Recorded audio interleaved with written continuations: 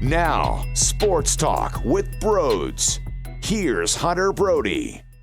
What is going on, everyone? Welcome on into Sports Talk with Brodes. We're playing hurt tonight. We're battling. We're fighting through. I have the worst headache in the world. And I'm not a headachesman. I literally never have any headaches ever. So the fact that I'm mucking and grinding through one right now, I don't know what to do. I think it's because I drink 7,000 cups of coffee a day, and then at night I'll mix in some soda, so there's never enough water. So I pounded, a gallon of water, and I'm still just getting drilled with a migraine. But we're going to fight. We're going to fight like my name is Hector Neris, going for a 5-out save, and that's exactly what he did. He did walk with a pinch hitter up, and he did allow a dribbler to wong. And things did get a little dicey, but he got Lorenzo Cain with a check swing that I thought was a good call by the umpire. So, look, he had to grind, and Joe Girardi trusted him. It got murky, it got ugly, and Kinsler was warming up. Joe Girardi stood with his gut feel, and I was honestly thinking the same thing when he made the decision to keep Hector in.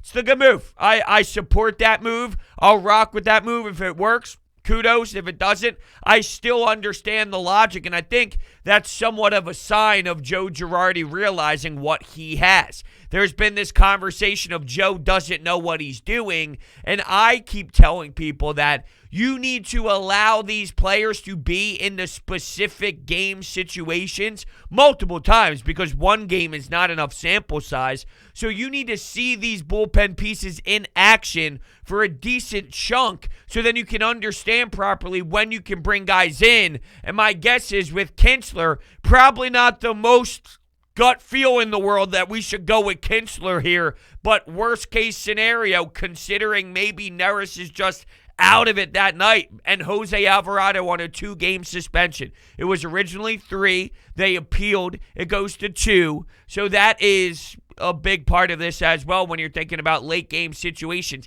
Not many phenomenal options is my point. So noticing that Kinsler might be my best option, let's just stick with Hector Neris and see what he does. What bothered me the most about what he did, look, he came into the 8th after Connor Brogdon got into some trouble, and maybe Didi Gregorius could have made a play to get a double play and get Connor Brogdon out of the inning. It was a smoked ball. Let's be realistic. That was a legit rocket off the bat up the middle. He made a good play to stop it. Realistically, though, I think a shortstop can make that play to get out of that jam, and that's the difference with phenomenal teams and where the Phillies are. That's the difference in good defensive teams and where the Phillies are, if we're going to be 100% honest with each other. Hector Neris got that pickoff move in the 8th.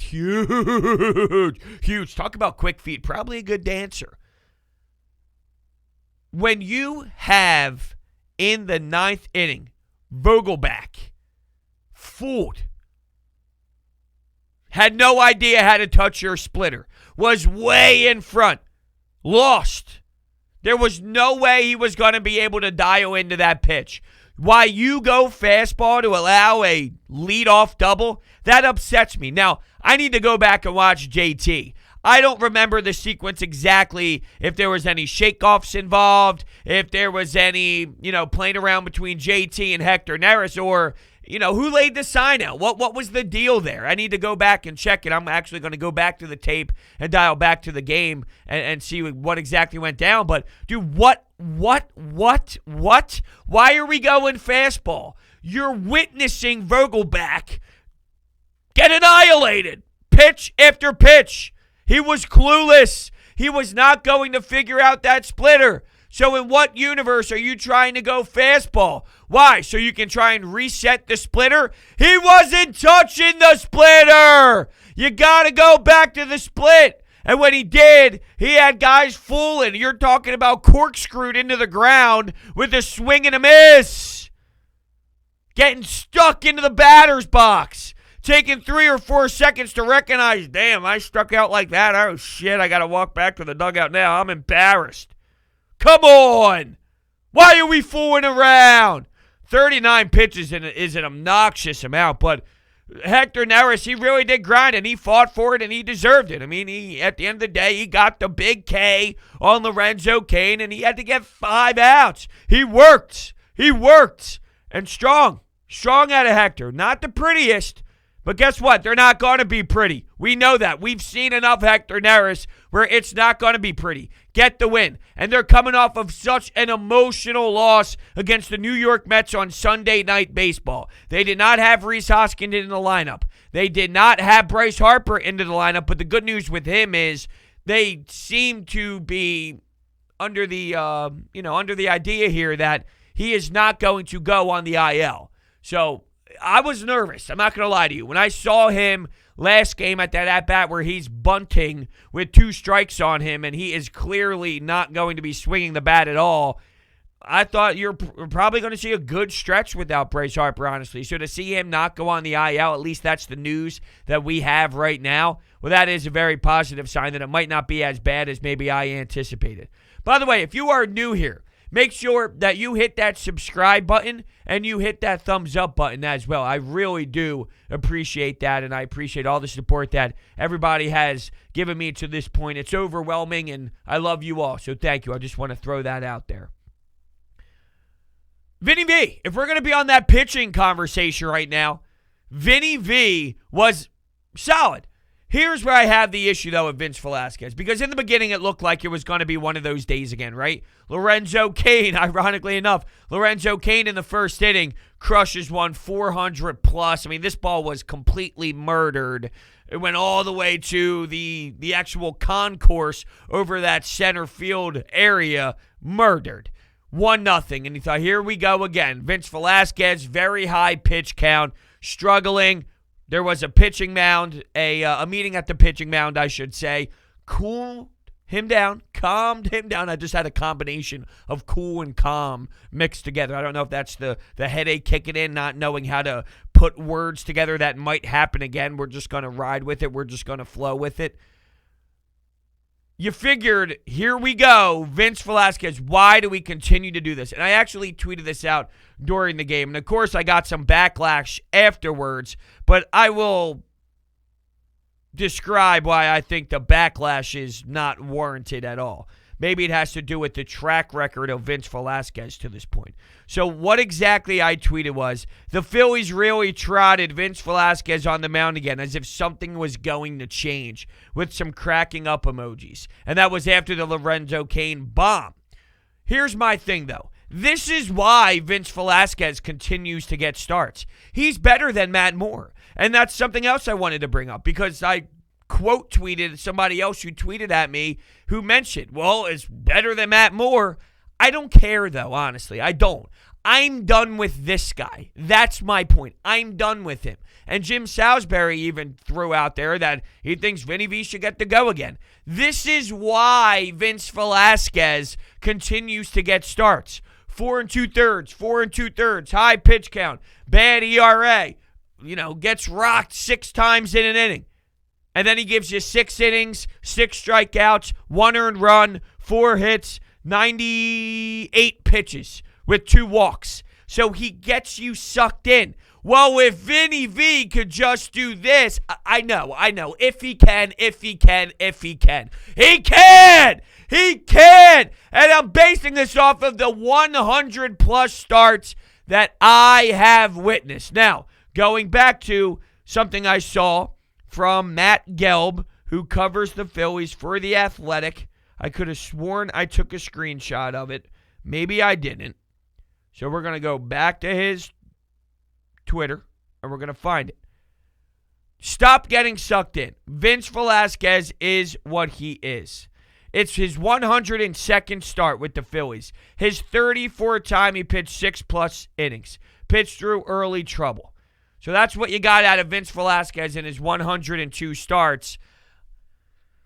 I'm just sick and tired of seeing him, I'll be honest. Did he have a good game today? Yes, he did have a good game today, and he was working around some things and got into trouble, earned out of some funks, at times pitching backwards. It seemed like he was working with a lot of off-speed and then trying to maybe command that fastball later in the at-bats, and he was definitely not at his A game.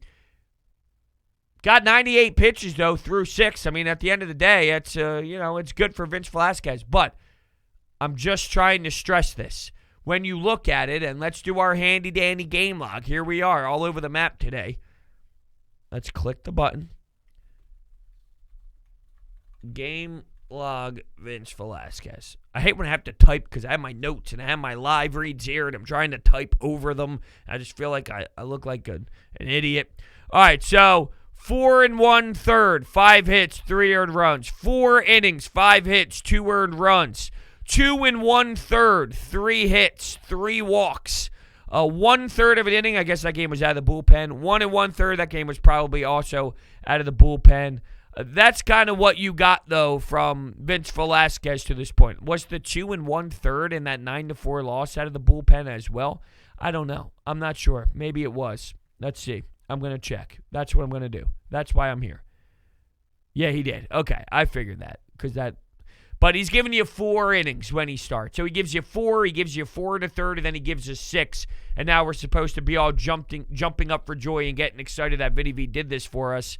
Sure, time and recognition of where they are without Reese, without Bryce. And Reese ended up coming into the game, but starting off the game, having Brad Miller at first, Matt Joyce getting thrown into the outfield as well, Roman Quinn, and he ended up getting a big triple that knocked in Odubel Herrera, who was on base due to an error at that point of the game. So Roman Quinn was definitely large for production of the run, and you take advantage of the opportunities. When Urias can't make a throw from shortstop to first base, which allows a Odubel to get on, and then you're going to smack a triple into that left center gap, and you're going to be flying. Dude, this man, I know that we are just frustrated with him as a whole, and that's not going to go away. But when they did, you know how they go to a replay on the broadcast after a home run where they show maybe JT Realmuto swing, or after a big play, they show it closer up. When they went full throttle, engaged on Roman Quinn flying around the bases, it was one of the most outrageous, amazing things I've ever seen. The dude just has wheels. Now, he stinks, and that's a problem. The wheels are not relevant. If you stink, he stinks. He has 2 triples in his last 2 games, but he also had a dribbler back to the pitcher and a strikeout, and that's what you're going to get more than the triple. If you want to be an optimistic guy, and obviously, right, that's not breaking news, a hitter in the MLB will probably ground out and strike out more than getting a triple, so I'm not trying to be a jerk-off here, but I'm just saying, if you want to be optimistic and you want to think that maybe Roman Quinn is turning the corner and seeing the baseball better, maybe he's seeing the baseball better than he was earlier, whoop-de-damn-do, my man was hitting 0.90. I hope at some point he gets to see the baseball a little bit better. Seriously. I lost my train of thought. We're going to take it in another direction anyway. JT Realmuto. When you're down 1-0, Brad Miller gets on board. And Hauser, I thought Hauser had a Vinny V-ish type of night as well. Wasn't smooth, wasn't the strongest, at one point settled in. I remember hearing the broadcast mention how, X amount of batters in a row where the Phillies were just getting recorded outs. And normally when you're winning a baseball game and that's what you hear, it's, you're in danger territory, right? The Phillies are up 2-1. The Phillies are up 4-1. But then their offense goes quiet. Maybe you tap into the bullpen, and here comes the Milwaukee Brewers, who are actually off to a nice start this season. I'll be honest, I'm a little surprised that they even got this game in. I thought the heavy rain was going to be, because I looked at the weather all day long, I thought the rain was just going to annihilate this game and they weren't going to get it in, or they would start it at some point and then they would have to close things down. I realistically pretty much told myself that it was going to be a doubleheader, so I was mentally prepared for such a disturbing thing to witness tomorrow. But I'm glad. I'm very glad that was not the case. Squeeze it in. Did it factor into Brogdon and his inability to pitch in that 8th inning? Probably not. I did think he had a strikeout that eventually resulted in a walk. It was a cutter up in the zone, but it was definitely within the strike zone. Called it a ball, and then here you go. You walk your first 2 batters, and it became very unfortunate for Connor Brogdon. It's a pretty big spot for him, to be honest with you. You're in a spot where you were very, very successful. Well, realistically, if we're looking at his entire career, he came up and he wasn't. Then he got sent back down, came back up, was strong, with Connor right now, it's a little up and down, and I think that's normal, though, right? That's normal. You're a younger guy. You're coming into the MLB. You're trying to find your identity. Who is Connor Brogdon? When are you going to be used? What certain situations do you succeed better at, right? You got to figure out what you are going to be, who Connor Brogdon is, what his role is in Major League Baseball. So it's going to take some ups. It's going to take some downs. He's in the mix of that right now. And I almost, in a weird way, like it because I want to see what he's made of. How will he react? Similar to Alec Boehm. Alec Boehm is in a part in his career right now where, considering how small his career has been, he hasn't had many moments of downtime. He hasn't had many moments of uglier play at the dish. Sometimes he has been seeing that. 0 for 4. That's more of a common thing that we have seen as of late out of Alec Boehm, and that's new to us. So what is he going to do? How is he going to mentally walk up to the dish and change his perspective and make sure if it gets even worse and worse and worse and it does spiral into an even more negative spot? Because it's bad. It's not the worst I've ever seen, but it's bad for Alec Boehm. And he has been so good to this point that we hold him to a high standard because we know it's in there, because we know how talented he is, because we watch him drive the ball and we see how pure his swing is. So it's there.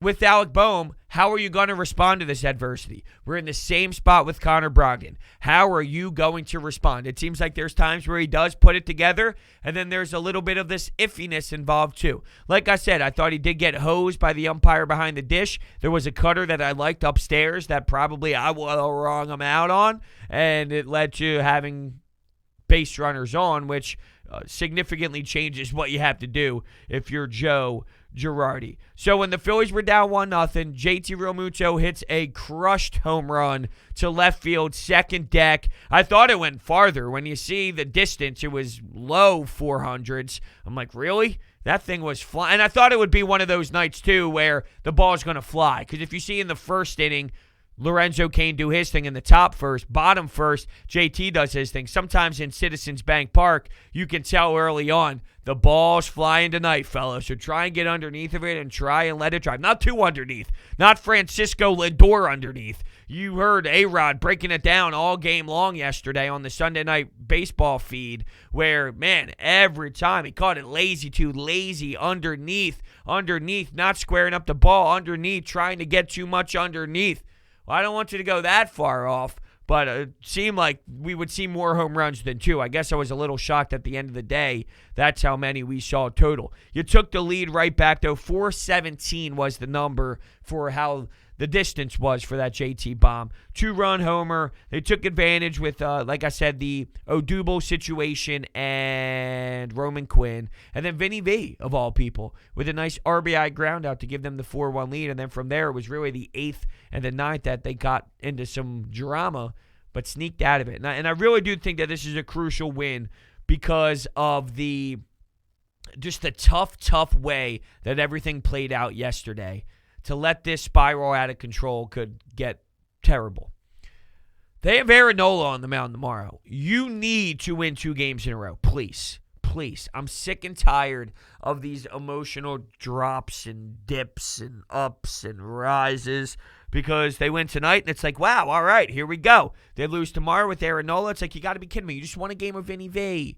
You just won a game with Hector Neris throwing 40 pitches and needing 5 outs. Hey, by the way, Coonrod, amazing 7th inning, huh? Whew, blowing it by. And I really thought, too, for how electric Coonrod was, there was moments in the 9th where Hector was electric, where the splitter was consistent, the splitter was perfect, and you could hear the rise in the crowd, and there's nothing better than in the 9th inning when you need your closer to be up there, and he's on the mound, and he's confident, and he's looking around, and he's, you just tell he's got that vibe that he's going to do it, and he's punching strike, and the crowd stands up, and they're shoving all the hot dogs in their faces because it was a dollar dog night, I think. I think that's why they were talking about hot dogs. I feel like I heard them talk about hot dogs all game long. But now that I'm thinking about it, I don't know if I've ever actually heard them say it was dollar dog night. But when they talk about hot dogs as much as they do, talk about the eating contest and whatnot, normally that's the case. So Yeah, yeah, I would imagine so. All right, before we take some phone calls here, you need to download the DraftKings Sportsbook app right now and use promo code Brodes when you sign up. There's so much to bet on. Baseball every single night. You can bet the money line. You can go to the over-unders for the total runs. Not only that, you can go to Aaron Nola's strikeout total and go, hold on a second, let's pound that over. NBA basketball, the 76ers, Joel Embiid's point total, Ben Simmons' assist numbers. You name it. Head on over to the player props. There's also, for futures, Ben Simmons' Defensive Player of the Year odds that I think are intriguing. So there's so much that you can bet on. NHL every single night. DraftKings is safe, secure, and reliable, so you can deposit and withdraw your money at your convenience. Download the DraftKings app right now. Use promo code Brodes to enter the free. I did this last time too because I'm using one of their old reads. What you need to do is download the DraftKings app right now and use promo code Brodes to check out all of their odds and promotions. That is promo code Brodes to check out all of DraftKings odds and promotions. Eligibility restrictions apply. See DraftKings.com for details. All right, let's throw it over to you. Here we go. The Phillies got the win. That's great and all, but quite frankly, I don't care until they string together multiple wins. I think that's all that really has to be said. Bryce Harper, come back soon.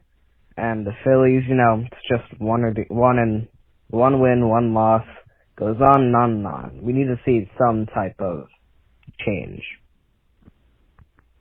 I would love to see that change. Right now. For a minute, I didn't know where you were going with that. So when you said, quite frankly, I don't care, I thought you were just upset with where they were with yesterday's loss still. I don't know. I don't know where exactly you were going with that. But I can get behind that narrative. If you feel internally that with this team and with this game, you got to show me more. Can we please pile together some wins? For sure. And you're going to get Gene Segura back soon. And the Nick Maton conversation of him playing center field is already occurring.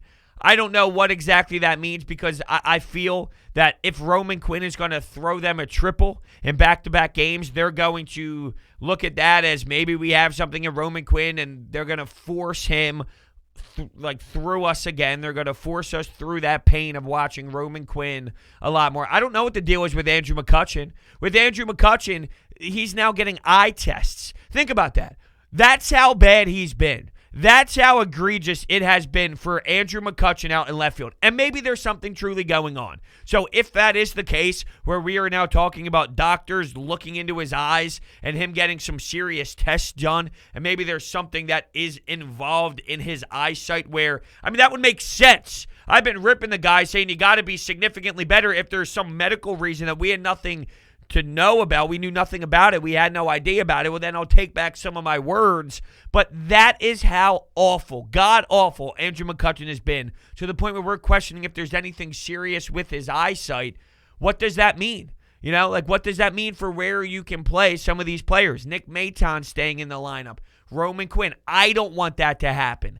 I'm looking at it with the Eagles' with the Phillies' eyes, with the Phillies' shoes on. They see it, they're going to love it. They see that speed, they're going to get sucked right into it, and they're going to put him in the lineup way more. And it's not as if Odubel Herrera's been taking that spot either, although he did get a hit today. So he has, 2 hits now? One was a bunt. He had this infield single, and then he got on base due to an error. So that's pretty much what he had to this point overall since he's been here. He hasn't run away with it.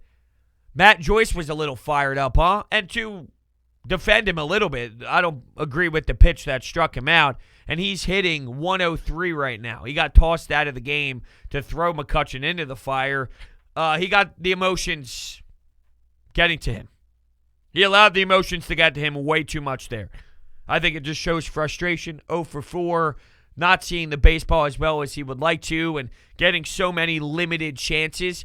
You know that at some point those chances are not going to be there. So, I'm sure internally he's beating himself up a bit where he recognizes he's got to make some noise. That outfield spot could possibly be taken by a player like Nick Maton. He probably looks at that as a no way, no.